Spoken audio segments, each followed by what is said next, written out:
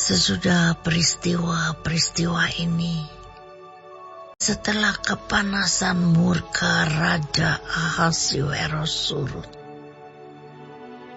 terkenanglah Baginda kepada Wasti dan yang dilakukannya, dan kepada apa yang diputuskan atasnya.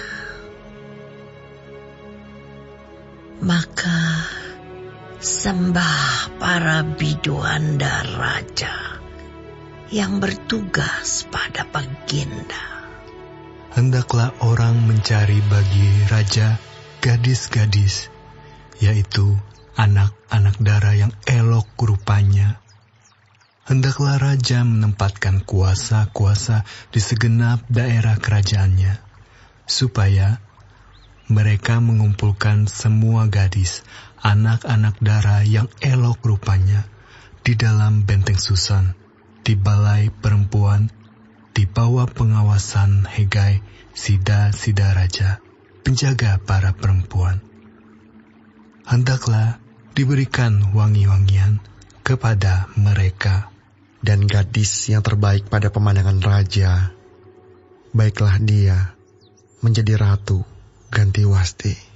Hal itu dipandang baik oleh raja, dan dilakukanlah demikian. Pada waktu itu ada di dalam benteng Susan seorang Yahudi yang bernama Mordekai bin Yair bin Simei bin Kis, seorang Benyamin yang diangkut dari Yerusalem sebagai salah seorang buangan yang turut dengan Yekhonya, Raja Yehuda, ketika ia diangkut ke dalam pembuangan oleh Raja Nebukadnezar, Raja Babel. Mordekai itu pengasuh Hadasa, yakni Ester, anak saudara ayahnya. Sebab anak itu tidak beribu bapa lagi. Gadis itu elok perawakannya dan cantik parasnya. Ketika ibu bapanya mati, ia diangkat sebagai anak oleh Mordekai.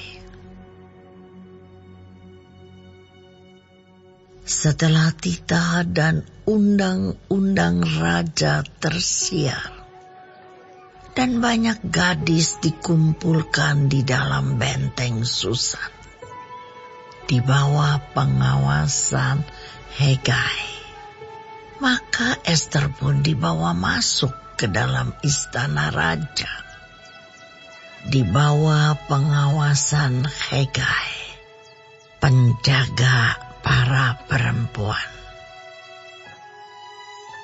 Maka gadis itu sangat baik pada pemandangannya dan menimbulkan kasih sayangnya, sehingga Hegai segera memberikan wangi-wangian dan pelabur kepadanya, dan juga 7 orang dayang-dayang yang terpilih dari isi istana raja.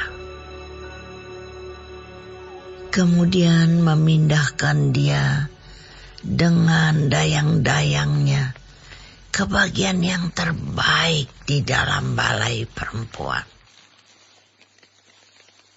Ester tidak memberitahukan kebangsaan dan asal-usulnya, karena dilarang oleh Mordekai. Tiap-tiap hari berjalan-jalanlah Mordekai di depan pelataran balai perempuan itu untuk mengetahui bagaimana keadaan Ester dan apa yang akan berlaku atasnya. Tiap-tiap kali seorang gadis mendapat giliran untuk masuk menghadap Raja Ahasuerus, dan sebelumnya ia dirawat menurut peraturan bagi para perempuan selama 12 bulan. Sebab seluruh waktu itu digunakan untuk pemakaian wangi-wangian. 6 bulan untuk memakai minyak mur, dan 6 bulan lagi untuk memakai minyak kasai, serta lain-lain wangi-wangian perempuan. Lalu gadis itu masuk menghadap raja, dan segala apa yang dimintanya harus diberikan kepadanya untuk dibawa masuk dari balai perempuan ke dalam istana raja. Pada waktu petang ia masuk, dan pada waktu pagi ia kembali. Tetapi sekali ini ke dalam balai perempuan yang kedua, di bawah pengawasan Saasgas, sida-sida raja, penjaga para gundik. Ia tidak diperkenankan masuk lagi menghadap raja, kecuali jikalau raja berkenan kepadanya. Dan ia dipanggil dengan disebutkan namanya. Ketika Ester, anak Abihail, yakni saudara ayah Mordekai, yang mengangkat Ester sebagai anak, mendapat giliran untuk masuk menghadap raja, maka ia tidak menghendaki sesuatu apapun selain daripada yang dianjurkan oleh Hegai, sida-sida raja, penjaga para perempuan.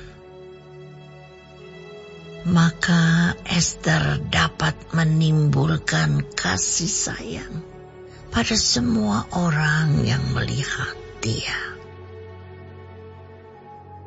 Demikianlah Ester dibawa masuk menghadap Raja Ahasuerus ke dalam istananya pada bulan yang ke-10, yakni bulan Tebet, pada tahun yang ke-7 dalam pemerintahan Baginda.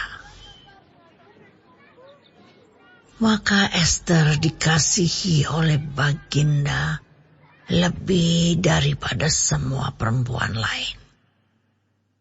Dan ia beroleh sayang dan kasih Baginda lebih daripada semua anak dara lain. Sehingga Baginda mengenakan mahkota kerajaan ke atas kepalanya, dan mengangkat dia menjadi ratu ganti Wasti. Kemudian diadakanlah oleh Baginda suatu perjamuan bagi semua pembesar dan pegawainya, yakni perjamuan karena Ester. Dan Baginda menitahkan kebebasan pajak bagi daerah-daerah, serta mengaruniakan anugerah sebagaimana layak bagi raja. Selama anak-anak dara dikumpulkan untuk kedua kalinya, Mordekai duduk di pintu gerbang istana raja. Adapun Ester tidak memberitahukan asal-usul dan kebangsaannya, seperti diperintahkan kepadanya oleh Mordekai. Sebab Ester tetap berbuat menurut perkataan Mordekai, seperti pada waktu ia masih dalam asuhannya. Pada waktu itu, ketika Mordekai duduk di pintu gerbang istana raja, sakit hatilah Bigtan dan Teres, dua orang sida-sida raja yang termasuk golongan penjaga pintu.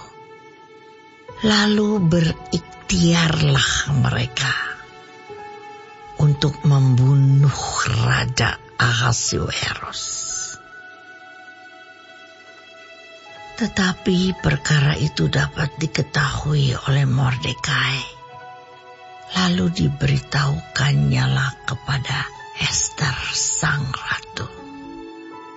Dan Ester mempersembahkannya kepada raja atas nama Mordekai. Perkara itu diperiksa dan ternyata benar. Maka kedua orang itu disulahkan pada tiang.